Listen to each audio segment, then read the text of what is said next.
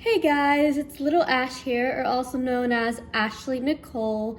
I wanted to briefly tell you my story of the scariest day of my life, and that happened 5 years ago from today. January 3rd of 2017 was really the scariest day for my family and I both. If you're new to this channel, I'm legally blind, and I also have epilepsy and a few other things. Today we're gonna focus on epilepsy. I woke up at 6 o'clock that morning having a really awful seizure.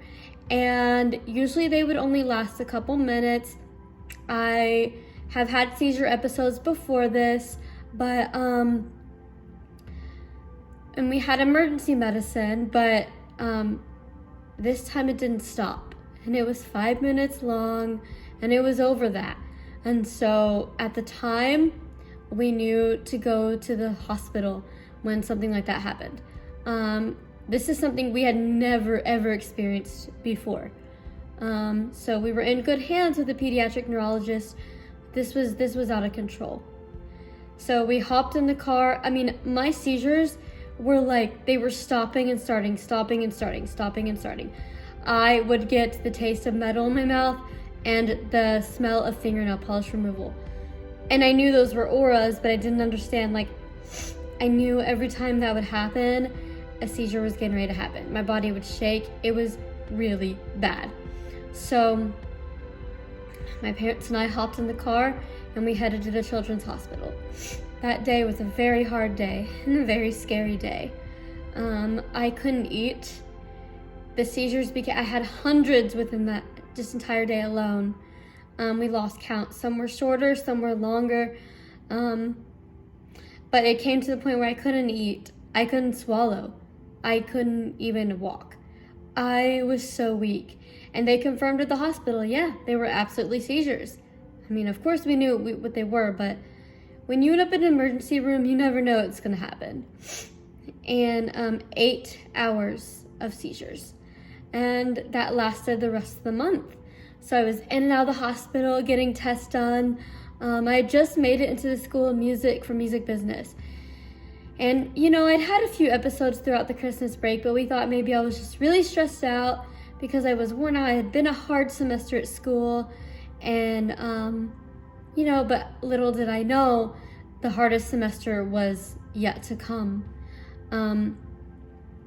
So I missed the first week of school because I was having seizures and I had to get EEG testing, and I had to try to get some sleep if I could. But honestly, my seizures were so terrible that, I mean, they were predictable. Like, they were happening during the daytime, during the nighttime. I wasn't getting any sleep. I don't know if it's harder for my family or people and my friends to watch me go through a seizure or for me to go through it. But either way, it was hard on everyone's end. So that lasted the rest of the month. You know, my doctors, I have dwarfism, so I'm very small, and they have to be careful with the medicines and the treatment they give me, because if you give me too much, I could get very sick. So they couldn't just, you know, slap on a diagnosis and give me medicine. We had to know what was the right treatment and what was the best thing to do. So I was in and out of the hospital, and I was going to school that semester, and I wanted to be at school because I wanted something to be off of, something to take this off of my mind. I was scared. I was really scared. I was sick. I couldn't eat much, and when I did, I would vomit. I couldn't remember simple songs that I was doing in choir. I couldn't remember piano songs. I could not remember content I was learning in school, music history, whatever I was taking. Like, it was really affecting my memory. Every day I was having multiple seizures, not just one or two, multiple seizures. Some were staring seizures, some were the shaking seizures. They were literally out of control. And I always think it's gonna get easier telling the story because I've already been through the worst of it. And every time I think that, it doesn't get easier because all of those memories keep flooding back. And that's okay. But so I remember that month, just like, I remember bits and pieces. So when you have epilepsy, having lots of seizures can affect your short-term memory, and that's what happened to me. I can remember things from 15 years ago, but I may not remember things from a month ago, or I remember bits and pieces of it. So like if someone says, oh yeah, this happened, then it will come back, but I may not always remember it on my own. And also around the time if I have a seizure or had several seizures, at that point, I couldn't remember anything. So if I have a seizure, I may have a hard time remembering everything that happened around that time. And that's okay. But as a blind person, that was new for me because I rely a lot on my memory. So fast forward through a month, the seizures just kept getting worse and worse and worse. I was smacking myself in the face in a seizure, pulling my glasses off, not knowing what I was doing, what was going on. I couldn't continue going on the way I was going. I felt weak. My body just couldn't handle it. And at one point I looked at my mom and said, Mom, if they don't do something, I don't think I can go on like this. Like, my body is so weak and I don't feel good. And so the pediatric neurologist knew I was pale. Everyone knew I was pale. I was so sick. I looked so pale. And he figured out what was wrong and put me on treatment. 6 days before my birthday, which was in the end of February, I was diagnosed with temporal lobe epilepsy. And so I was put on treatment. And so basically with me, I was a premature baby and I grew very, very slowly. So everything with me kind of happened later on in life. I do have cerebral palsy as well and other things and a heart condition. But, things happened when I was little, but the signs, they start showing more as I grow. And really, I didn't grow that fast at all. So anyway, I dealt with this along with my family and my friends. Seizure after seizure after seizure, and I don't even know to explain unless you have epilepsy, or know someone with epilepsy.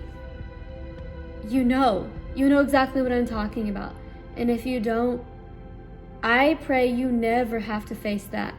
But if you do, this is my story. Everyone's story is different.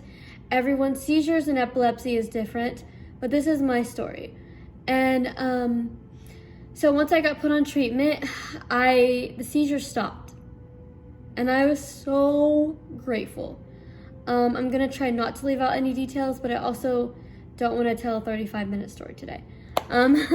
Today is very emotional for me, but it's not a bad day.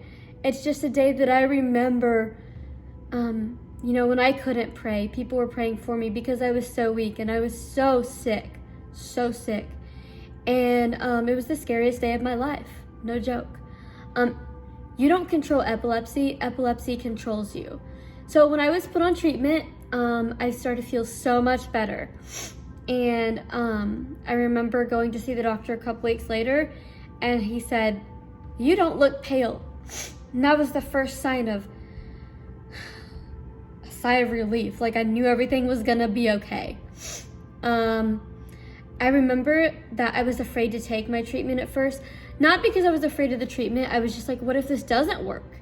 Then what do we do? Then what's next? And I remember thinking, it can't get worse than this. It really can't.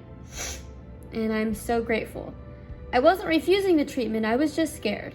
And I took my treatment, and I'm forever grateful for the pediatric neurologist who took care of me, the orthopedic doctor, all the sweet nurses at the hospital. I can't say thank you enough. Your doctors kind of become part of your family. And so we went through the hardest time of our lives. And I remember the treatment, it worked.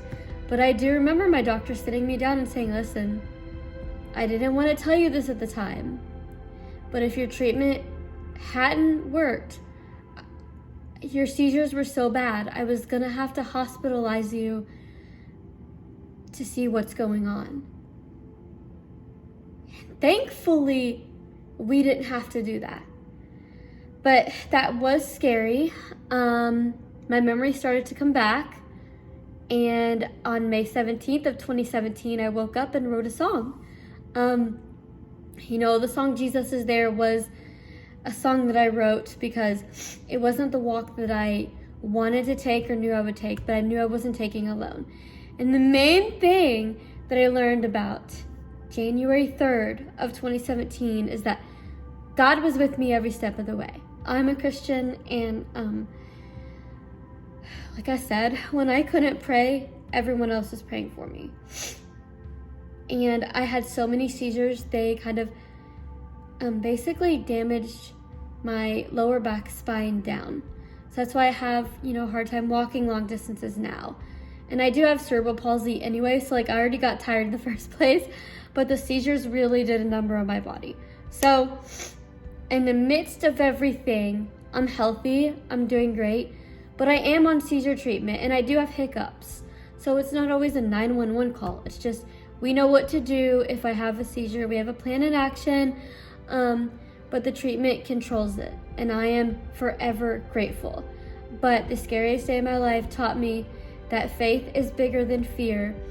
And, I am in good hands. And so I'm forever grateful. And I'm sure I'm leaving out a lot of big details. Not big details, but I can't tell every little thing or this video will be super long. But the gist of the story is that I didn't know if I was gonna make it. You guys, my seizures were that bad. I mean, every day and every night, my body was shaking and shaking and shaking, and the doctors knew. But it was really hard, and we went through a lot. But within the midst of that, I am forever grateful. But it was so hard. It was hard not knowing. It was hard knowing, hey, you're getting a new wheelchair because you're having trouble walking. That was not easy. It was hard having all those seizures and knowing, is it gonna stop? Am I gonna be okay? It physically hurt my body so much. But here we are 5 years later, and I am so brave, so confident, and I know what to do if I have a seizure. So that's the story of what happened to me 5 years ago today. And today I'm celebrating with Chick-fil-A. So I'm grateful, I'm healthy, I'm doing great, and thank you guys for watching this video. Peace!